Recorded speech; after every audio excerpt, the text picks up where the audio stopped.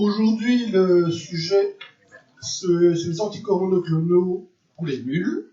Voilà, je suis parfaitement à ma place. Qui va nous être présenté par le docteur Marie-Agnès Azerat, qui est donc hématologue universitaire ici à la Citadelle, et par notre pharmacien en chef, Blaise Delhôte. Voilà, qui commence, c'est Blaise. Voilà, bonjour à tous. On m'a demandé de collaborer avec Marie-Agnès pour faire une présentation sur les anticorps monoclonaux.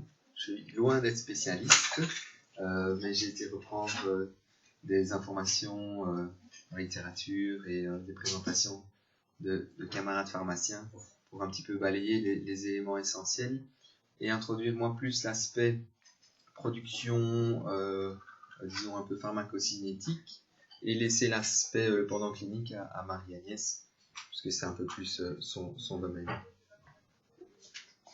Alors, on est clairement dans les thérapies moléculaires ciblées.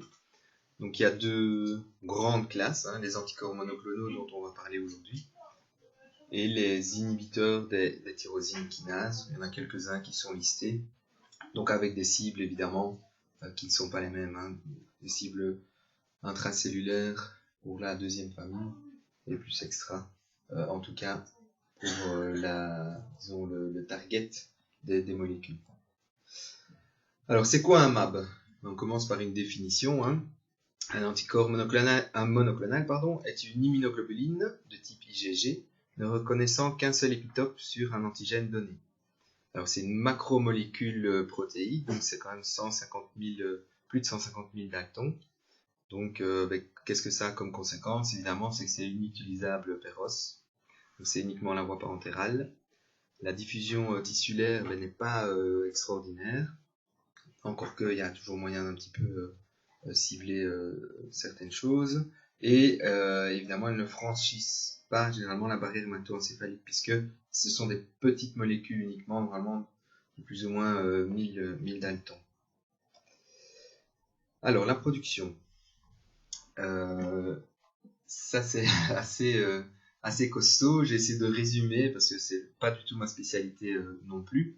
Mais donc en règle générale, en fait, on présente un antigène avec plusieurs épitopes au niveau de souris, et à partir des cellules de rate de ces souris, on va extraire les cellules plasmatiques, on va mélanger à des cellules myélomateuses pour former des hybrides. Et de ces cellules hybrides, on va isoler à chaque fois les cellules productrices d'anticorps qui nous intéressent. Et à partir de là, on va pouvoir multiplier, soit via des souris, soit via des réacteurs. Donc, je ne rentre pas dans les détails, pour vraiment augmenter uniquement l'anticorps qui nous intéresse. Donc, c'est un peu plus décrit dans cette dia-ci. Donc on prend évidemment les cellules B, extraites des organes lymphoïdes secondaires, donc les rats de ganglions, des plasmocytes qui sécrètent des anticorps, et on les fusionne aux cellules myélomateuses. Alors comment est-ce qu'on fait pour faire la fusion? Soit des fusions chimiques, soit des fusions physiques. De nouveau là, je ne voulais pas m'attarder trop. Alors on va sélectionner des hybridiomes. Donc il y a aussi plusieurs méthodes, phage display ou d'autres méthodes, qui permettent vraiment de dire c'est uniquement avec cet hybridium qu'on va travailler, et puis on multiplie. C'est exactement ce que j'ai expliqué à la dia d'avant. Alors, à ce stade-ci, il y a une notion qui est importante d'introduire, qui est intéressante d'introduire, c'est la chimérisation. Donc on parle de chimérisation et d'humanisation. En fait, à la base, on travaillait uniquement avec des anticorps monoclonaux murins. Mais, on va le voir par la suite, ça a créé quand même pas mal de soucis, surtout au niveau de l'immunogénicité. Et donc, qu'est-ce qu'on a fait? On a créé des chimères, et qui se sont de plus en plus rapprochés des anticorps humains. Et ça a permis justement d'éliminer un petit peu tous les effets pas secondaires, mais qui apparaissaient, des effets un petit peu indésirables qui apparaissaient du fait que les anticorps n'étaient pas assez humanisés. Alors un autre avantage de cette humanisation, c'est qu'on a pu augmenter considérablement la demi-vie des molécules qui étaient très très courtes, puisque très étrangères au corps humain. Et donc en humanisant, la demi-vie évidemment a été plus longue, ce qui permet évidemment d'avoir un effet thérapeutique beaucoup plus intéressant. Alors, l'humanisation. Après, on a vraiment utilisé des anticorps entièrement humains et biocompatibles. Et évidemment, ils ont été de plus en plus recherchés. Alors, comment est-ce qu'on a fait pour y arriver? Au niveau des techniques de production, on a utilisé les hybridiomes dont j'ai parlé. On a pu les cibler avec les pages display et on a aussi utilisé des souris transgéniques qu'on a aussi humanisées pour pouvoir produire d'entrée de jeu des anticorps qui étaient beaucoup plus humains. Alors, voilà, ça c'était un peu la partie production. Je vous dis, je balaye, je ne veux pas rentrer dans les détails parce que je pense qu'il y a déjà énormément de choses qu'on va aborder aujourd'hui et on ne saura pas tout retenir.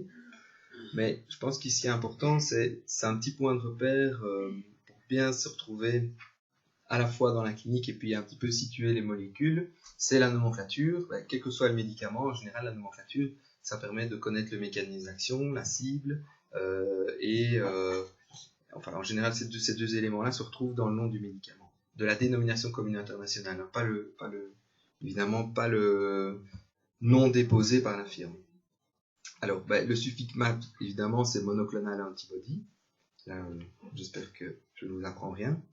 Par contre, on a différents suffixes plus longs qui intègrent le MAP. C'est le MOMAP, par exemple. Et là, le MOMAP, c'est anticorps 100% murin. Donc, c'est ce que j'ai dit, qui vient uniquement à la souris. Et alors là, évidemment, on a été vite exposé à un souci de développement de réactions immunitaires, d'anticorps humains ciblés contre ces anticorps murins. Et donc la demi-vie était plus courte, il y a eu des réactions immunitaires, donc c'était pas top au niveau clinique. Et donc on a créé les XIMAP, qui sont les chimériques, donc, que j'ai évoqué plus tôt. Et puis les UMAB, qui étaient humanisés, et enfin les MUMAP, qui étaient 100% humains. Donc ça, c'est déjà un petit peu dans la nomenclature, ça permet déjà de s'y retrouver un peu mieux. Alors au niveau des préfixes, donc juste avant ce suffixe, on a les cibles qui sont identifiées. Je pense pas qu'elles s'y retrouvent toutes là, mais en tout cas on en a quelques-unes. Donc on a pour le préfixe si, donc si et puis après le suffixe, par exemple l'apsiximab, c'est la cible cardiovasculaire. Pour tout ce qui est préfixe li, l'immunité, la cible c'est l'immunité, par exemple l'omalizumab. Le préfixe qui, donc c'est pour interleukine, et vi pour les virus. Donc voilà, ici ça c'est une dia que j'ai évoquée plus tôt avec les différentes justement structures. Donc on voit qu'on part de la structure 100% murine. Et puis, on a vu qu'au fur et à mesure, la chimérisation, puis l'humanisation et puis le 100% humain, avec une immunogénicité évidemment qui diminue. Donc, on se rend compte que, évidemment, la partie qui était plus difficile à humaniser, c'était évidemment la partie qui nous intéressait dans la fraction non cristallisée. Alors, voilà, donc ça c'est pour un peu la partie, disons, évolution et puis la nomenclature. Et je vais aborder maintenant plus la partie pharmacocinétique, qui elle évidemment n'est pas très simple non plus, puisque on n'a pas vraiment un modèle type, et contrairement à des molécules plus traditionnelles, on ne peut pas comparer le modèle humain au modèle animal, parce que il s'agit du système immunitaire et il est quand même fort différent de l'homme à l'animal. Alors, donc on n'a pas ce modèle-là pour s'inspirer, et puis on a différents mécanismes qui font qu'il y a une grosse variabilité. Déjà la pinocytose, donc, qui est en fait l'absorption des cellules de ces anticorps de manière non spécifique. Donc dès qu'ils se baladent, hop, ils sont captés par les cellules et catabolisés plutôt. Il y a l'endocytose qui est elle spécifique, mais on va voir après que elle est influencée par différents facteurs, et notamment par exemple des facteurs démographiques comme le sexe, l'âge, la race. Il y a la masse antigénique qui a aussi une importance quand même conséquente sur la pharmacocinétique. Et en fait, elle se traduit par une différence en fait de présence des anticorps en fonction de la quantité de cibles présentes dans le corps humain. Donc, si on a beaucoup, par exemple, une grosse masse tumorale avec beaucoup d'antigènes présents à la surface des cellules, ben, on peut avoir une pharmacocinétique qui est influencée. Ça a été décrit dans la littérature, donc c'est quand même assez embêtant pour déterminer évidemment les dosages et suivre un petit peu l'efficacité clinique de ces molécules. Et alors, ben, évidemment, il y a tout ce qui est anticorps induit, ciblé vers ces anticorps à visée thérapeutique. Il y a un dernier élément qu'on va un peu développer après, c'est le facteur néonatal. Alors, dans la pharmacocinétique, on ne peut pas vraiment parler de métabolisme parce que c'est pas une élimination classique de ces molécules comme d'autres, via le rein ou le foie. C'est une élimination plus de type catabolisme. Donc, comme ce sont des protéines, elles sont dégradées en fait en acides aminés et en peptides, comme toutes les autres protéines natives, on va dire, chez l'être humain. Et ces acides aminés, ces peptides sont réutilisés pour la synthèse d'autres protéines, ou excrétés dans les urines et la bile pour tout ce qui est métabolique plus petit. Donc, tout ce métabolisme, c'est comme pour les autres protéines. Donc ça se retrouve dans la peau, les muscles, le foie, les intestins. Comment ça se passe? C'est ce que j'ai dit, spinocytose, endocytose, en se fixant sur la cible, internalisation et dégradation dans les lysosomes. Donc ça, c'est ce qu'on voit ici. Alors, on a une partie en fait qui est non spécifique et donc qui n'est pas saturable. Mais par contre, on a une partie plus spécifique qui est saturable, et en fait, ça c'est le système, c'est l'élément que j'ai introduit tout à l'heure, c'est le fameux récepteur néonatal. Donc en fait, c'est ce qu'on voit sur le schéma de droite. Vous avez sur certaines cellules un système de préservation des anticorps, surtout ceux qui ont une expression humaine en fait dans la fraction cristallisable, puisque c'est un mécanisme qui permet en fait de préserver les anticorps au niveau humain et qui ne soient pas justement catabolisés trop rapidement. C'est ce qu'on voit sur le schéma. Mais une voie classique d'élimination, c'est qu'ils sont endocytés, inclus dans des lysosomes. Là, évidemment, ils sont métabolisés sous l'effet des enzymes et clivés en peptides dans l'acide aminé. Par contre, s'ils sont liés au récepteur néonatal, bien, ils vont être préservés et réexprimés à un autre endroit de la cellule. Et donc, du coup, c'est un petit peu difficile, ça va jouer énormément sur la pharmacocinétique, puisqu'on va avoir, en fonction du type d'anticorps et en fonction du nombre de l'expression de ces récepteurs, une pharmacocinétique qui va être totalement différente. Donc ça, c'est un élément aussi qui va jouer beaucoup. Alors, je balaye vraiment, je suis désolé, mais comme il y a énormément de choses à dire et qu'on n'a pas énormément de temps, je voulais aborder un dernier élément qui me tient à cœur, puisque moi je suis pharmacien et j'ai aussi une casquette financière à assumer. Mais on peut voir, donc c'est un tableau que j'ai sorti d'un article, et il y a différents anticorps monoclonaux avec leur date d'arrivée sur le marché, approuvés au niveau de la FDA. Et j'ai un petit peu marqué ceux qui bientôt tombent dans le domaine public, puisque c'est 15 ans. Il y en a qui y sont déjà, l'infliximab, c'est pas nécessaire d'en parler.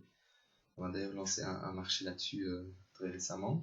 Mais il y en a d'autres qui vont bientôt tomber dans le marché public. Et il faut savoir que dans le top 10 des dépenses des soins de santé actuels, mais pas que belges, mondial, les anticorps monoclonaux, ils occupent une place de tête, quoi.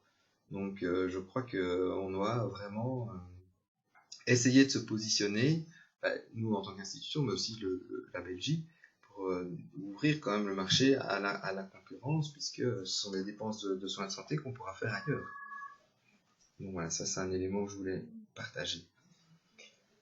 Alors je vais terminer avec cette dia. Donc il montre un petit peu les différentes cibles et les différents, les différents types de modes d'action qui peuvent être couplés à justement cet aspect de reconnaissance spécifique d'antigènes. Donc on a pu utiliser les anticorps monoclonaux nus pour leur action classique, mais on peut par exemple aussi les coupler avec des ligands radioactifs. Ça peut être pour une diagnostic ou pour des effets curatifs. On peut les coupler avec des tueurs de cellules,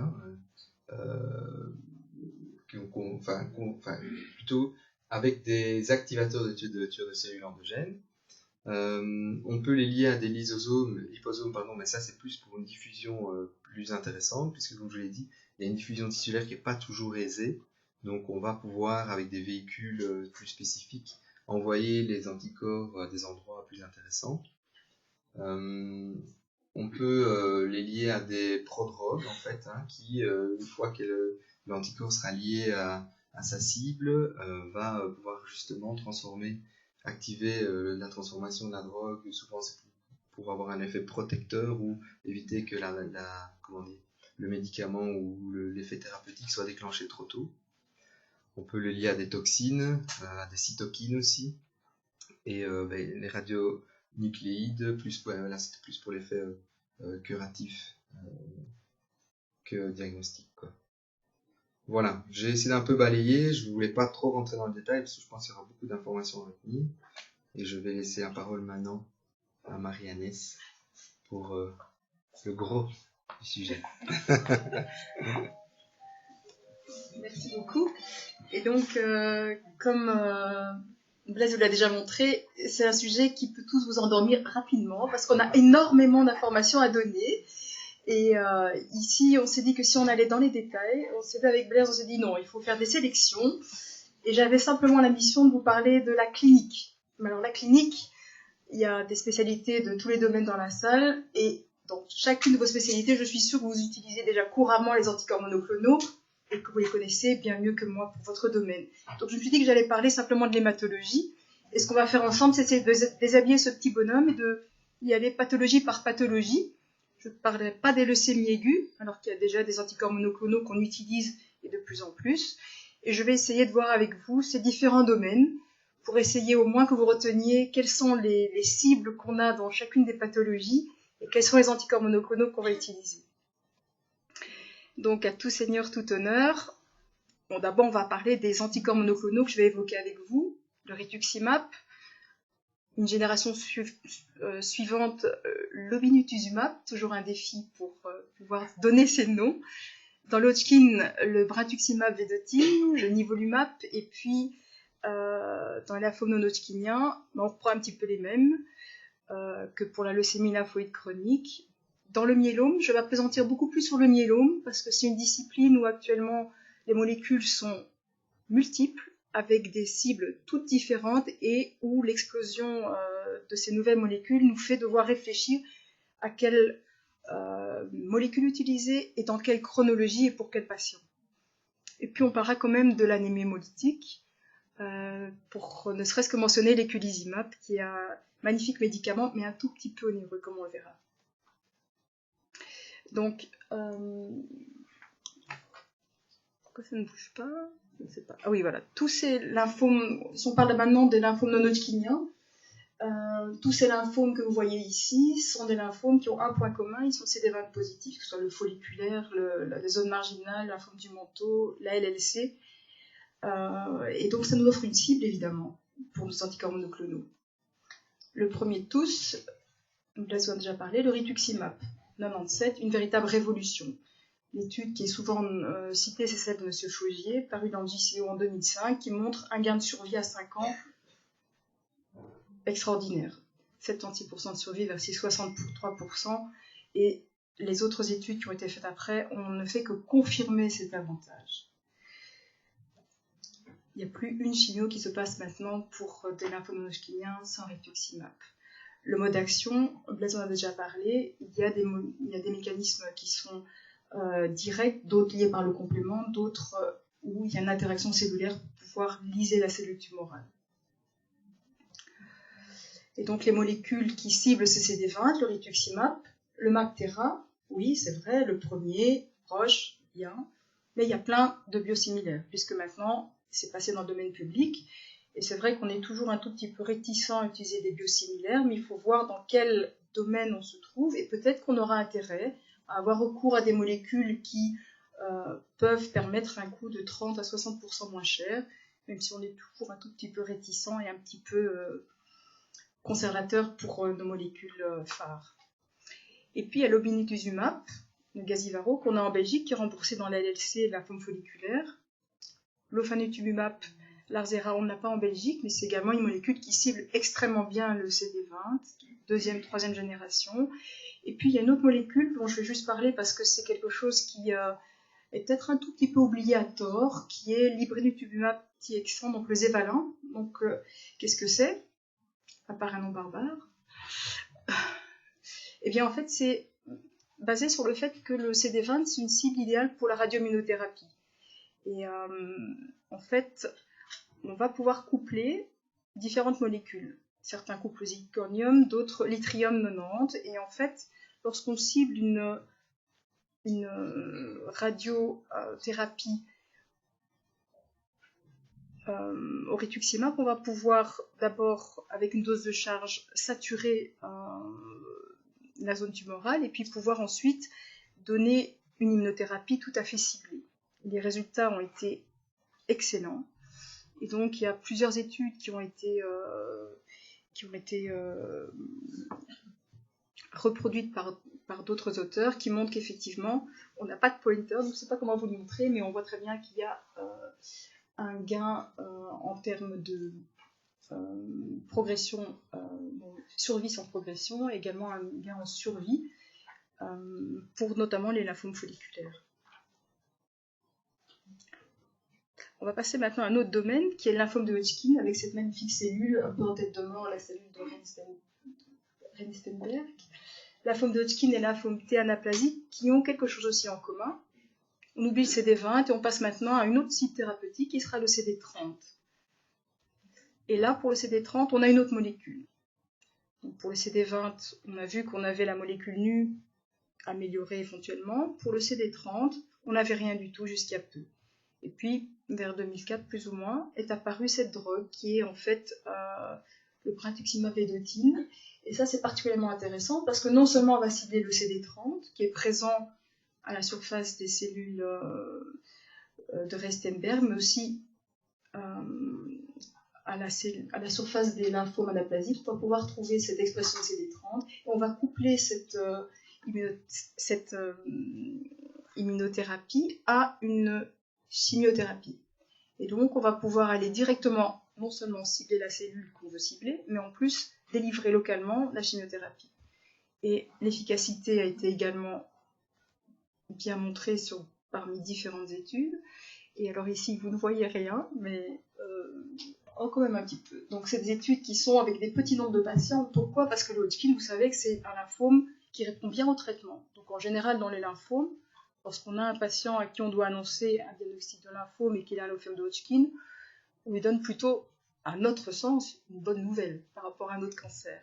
Et en fait, peu sont résistants, mais parmi ceux qui sont résistants, le pronostic est souvent extrêmement mauvais. Et donc, l'apport de cette molécule a été important pour les patients qui ont rechuté après une autogreffe ou qui sont non éligibles pour une autogreffe. Les résultats, comme vous les voyez ici, sont quand même significatifs. Vous voyez par exemple 75% versus 34% dans l'étude phare de Younes, qui était quand même sur 102 patients. Ce sont des phases 2, c'est vrai, mais qui ont permis l'enregistrement et le remboursement rapide de cette molécule. Et donc, pour les patients qui n'ont pas répondu ni à l'autogreffe, ni à cette molécule qui est l'Adcetris pour donner son petit nom commercial, on a encore quelque chose d'autre. Et ça, c'est quelque chose d'autre, je ne vais pas trop le développer, parce que c'est quelque chose de phénoménal, mais je pense que vous avez l'occasion d'en entendre parler dans la presse par nos amis oncologues, le nivolumab, qui fait partie de cette nouvelle molécule d'immunothérapie, qui a un enregistrement accéléré et qui permet de cibler le PD-1, qui est en fait une cible qui se trouve au sein des cellules normales. Et ce qu'on va faire, c'est qu'on va renforcer l'action des cellules normales contre la tumeur. Mais de peur de vous voir vous endormir déjà maintenant, il y a encore du chemin dans notre petit bonhomme, on va continuer et on verra si on a le temps d'y revenir.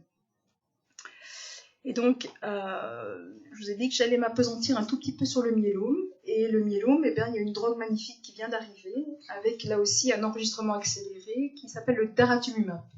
Donc, c'est un anticorps monoclonal qui va cibler quoi? Qui va cibler le CD38, mais, vous voyez, en association.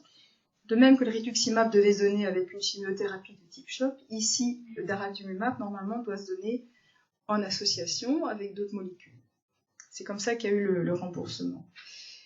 Et on va voir que du coup, les coûts vont exploser. Le myélome, donc, je montre ici des beaux pics, mais vous savez que maintenant, dans le myélome, on a tellement évolué qu'on a même des myélomes sans pics. Donc, c'est des pathologies qui étaient de pronostic effroyable il y a une dizaine d'années et qui maintenant semblent pouvoir peu à peu se diriger vers une possible guérison. Et donc, des progrès constants, mais des rechutes fréquentes. Donc, un patient à qui vous annoncez un diagnostic de myélome, contrairement au patient de Hodgkin, vous savez qu'il va revenir chez vous avec des rechutes sévères, et à chaque fois avec éventuellement des lésions osseuses, des atteintes rénales, et à chaque fois très peu prévisibles. Donc, il y a vraiment un besoin énorme de nouvelles molécules dans ce domaine, et la recherche a fait des progrès colossaux dans les 5 à 10 dernières années. Et donc, ici, de nouveau, sans flèche, vous voyez quand même que si vous avez un patient qui n'est pas réfractaire à la thérapie, eh bien, on peut estimer, on a mis son temps de survie en jours, parce qu'évidemment, dans les plus mauvais cas, c'est pas plus d'1 an de survie, mais sinon, on peut aller au-delà de 5-10 ans sans difficulté. Et les molécules à notre disposition actuellement, sans parler des molécules monoclonales, eh bien, elles sont multiples. Donc, la chimio, les inhibiteurs des protéasomes, donc c'est tout ce qui est Velcade et dérivés, et les imides. Mais avec ça, les patients n'allaient quand même pas tout à fait bien. Et donc le daratumumab, et puis plus tard l'elotuzumab, va permettre de progresser au niveau de la survie. Comment ça marche?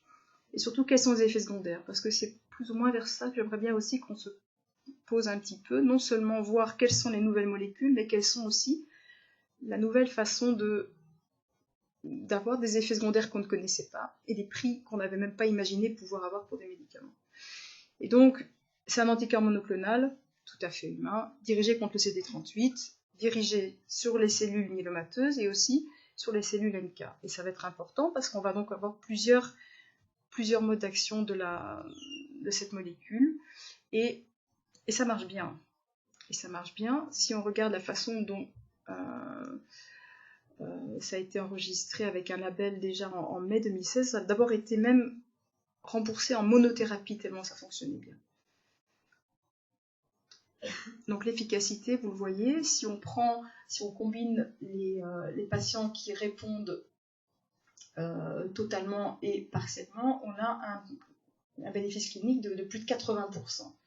Et quand on regarde les mois par rapport au début du traitement, on voit que les patients répondent assez vite finalement. Les effets secondaires. Donc là, on va s'arrêter sur cette slide-là parce que c'est important. Alors, les effets secondaires de toute chimiothérapie en général, c'est la toxicité hématologique. Ça, on savait gérer. Le rituximab, les réactions liées à l'infusion, on savait gérer. Et puis, il arrive des tas de nouvelles réactions qu'on ne connaissait pas trop avec ces nouvelles molécules. Et donc, les lésions qui sont des infections, c'est lié à la toxicité hématologique, c'est très commun.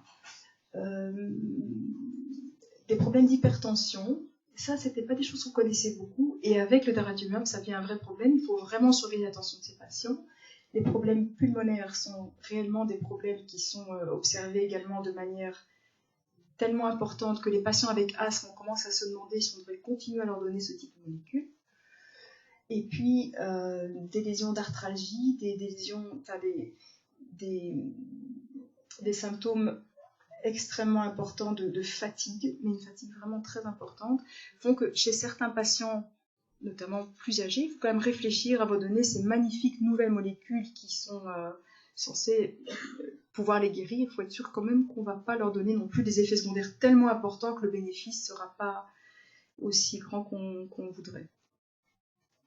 Alors les effets secondaires, on sait les gérer, des antihistaminiques, des corticoïdes, des paracétamol. On ajoute maintenant même systématiquement pour ce type de molécules des bronchodilatateurs et parfois de l'oxygène si jamais les réactions secondaires sont trop importantes. Et vous voyez que c'est fréquent, c'est quand même 48% des patients, c'est pas des choses anodines. Le plus souvent, tout le monde nous rassure, c'est pas grave, grade 1 ou 2. Mais pour le patient qui les vit, c'est quand même relativement stressant. Et pour les médecins qui n'ont pas toujours l'habitude de ces réactions, on est aussi assez concernés. Tout ça, c'est des effets secondaires communs aux autres anticorps monoclonaux. Mais il y en a des plus pervers qu'on connaît un petit peu moins bien et qu'il est important pour vous de connaître parce que vous travaillez aux urgences et que parfois vous serez confronté avec des patients sous daratumumab, parce qu'on en met quand même de plus en plus puisque les patients rechutent. Et qu'est-ce que c'est ? Eh bien, c'est une interférence avec les tests de compatibilité. C'est le labo qui vous appelle, vous voulez transfuser le patient, et c'est la panique totale, patient intransfusable. En fait, ces médicaments donnent des faux tests de Coombs positifs, et donc c'est très très important de prévenir le labo que ces patients sont sous daratumumab. Nous avons un dossier médical informatisé qui permettra, je l'espère, d'avoir un pop-up qui s'allume ou quelque chose qui dit « Attention, patient sous telle ou telle molécule ». Parce que c'est quelque chose qui, vraiment, au quotidien, est embêtant. Le patient est censé avoir sa petite carte de patient, mais ne l'a pas toujours avec lui et ne comprend pas toujours cette importance. D'autant que cet effet va perdurer plus de 6 mois après l'arrêt du daratumumab. Donc, il y a des moyens que le labo peut tout à fait développer pour pouvoir passer outre cette fausse incompatibilité, mais il faut que le labo ait eu, avant qu'on commence le traitement, un phénotype complet. Et ça, ils le savent très bien. Et alors maintenant, on a parlé beaucoup de science, mais parlons un peu de gros sous. Combien ça coûte ce type de traitement ? Si on regarde, j'ai fait des petits calculs, donc peut-être c'est pas tout à fait juste, mais si on calcule les doses moyennes nécessaires par patient, au début vous voyez que c'est des administrations qui sont quand même hebdomadaires, en tout cas les 2 premiers mois, plus ou moins 17 000 € par mois, ça si c'est en monothérapie, et puis les prix diminuent au fil du temps, et finalement si on compare aux autres coûts de nos médicaments, c'est peut-être pas exorbitant. Je ne sais pas si vous êtes au courant du prix de nos médicaments, mais par exemple pour le myélome, on reprend nos traitements habituels. Donc au départ il y avait la chimio, ça c'est pas très cher.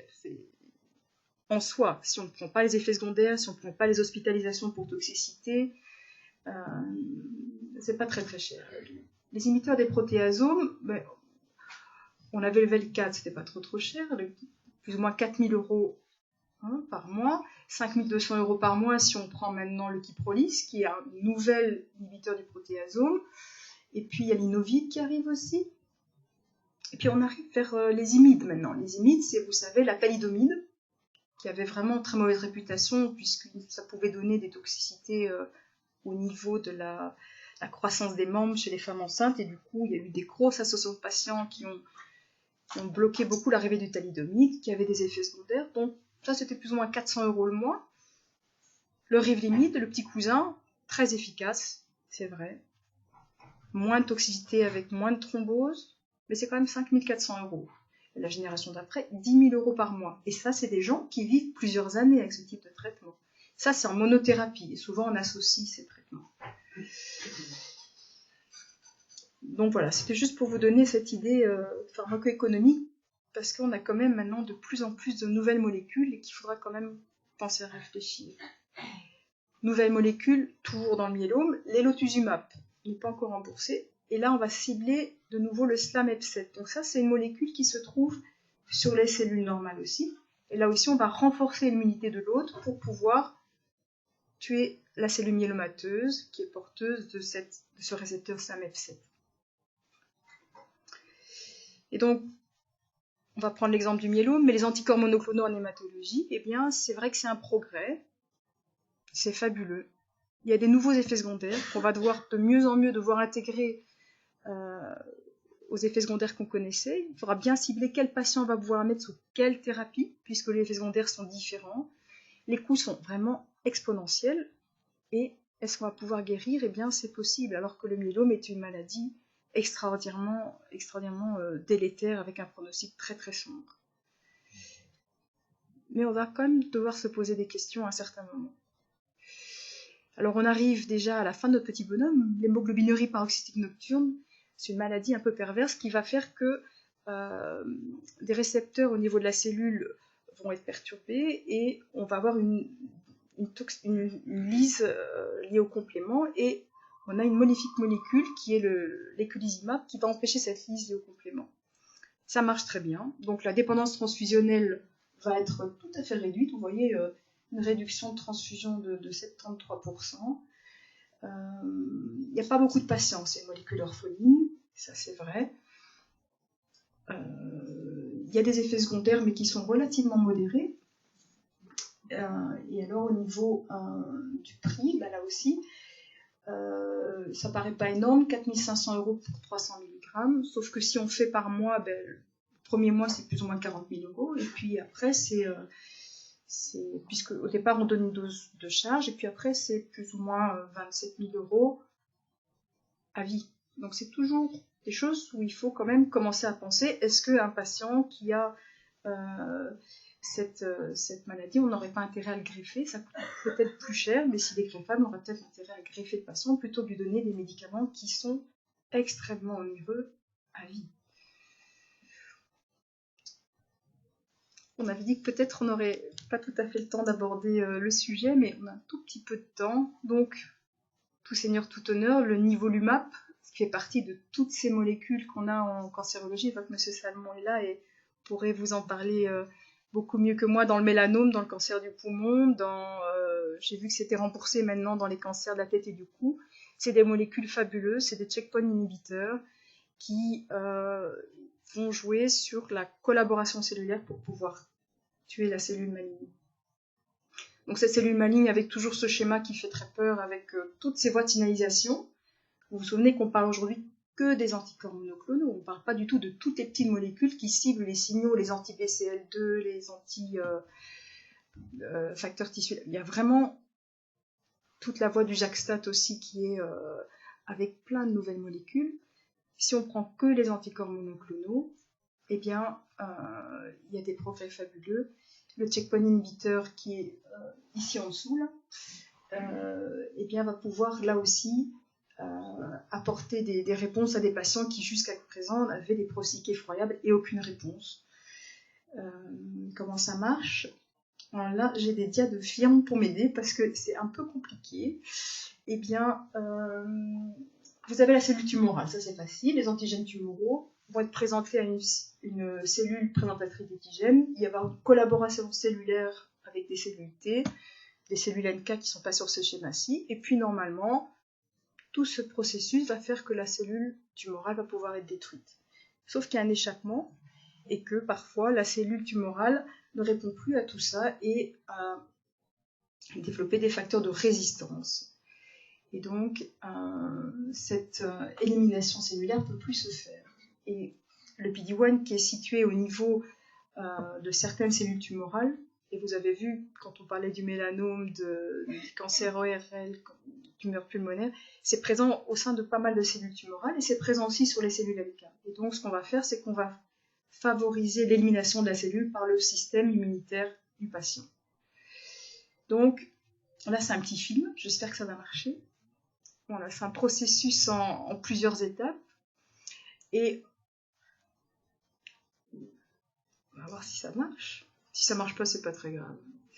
Bon, ça marche pas vraiment, c'est pas grave. C'était juste pour montrer que là, on a un nouveau problème. Parce que ça, on connaissait pas du tout. C'est qu'en fait, lorsque cette médication va agir, au lieu d'avoir une fonte tumorale, on va parfois d'abord avoir une augmentation tumorale. Et donc, on s'est dit, mais ça marche pas. Et en fait, c'est parce qu'on va avoir une infiltration de la cellule tumorale par des lymphocytes T qui va faire qu'il y aura une pseudo-croissance.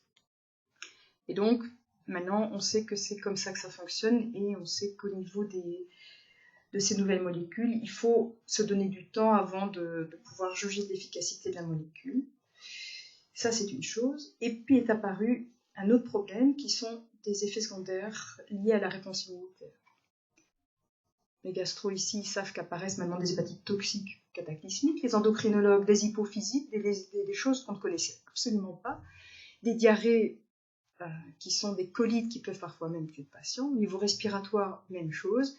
Donc, en néphrologie, des néphrites immunitaires extrêmement difficiles à prendre en charge. Donc, on se trouve avec ces nouvelles molécules, avec des effets indésirables qu'il faut qu'on commence à beaucoup mieux connaître, et surtout à réfléchir aussi à quel patient on va donner quelle molécule. Je pense qu'on a une grosse partie des patients qui ont des tumeurs qui sont âgés. Donc, je pense que la collaboration avec nos amis gériatres va être extrêmement importante. Vraiment réfléchir quel patient pourra tolérer quelle drogue. Et c'est vraiment quelque chose auquel il faut vraiment réfléchir. Et c'est déjà ma dernière dia.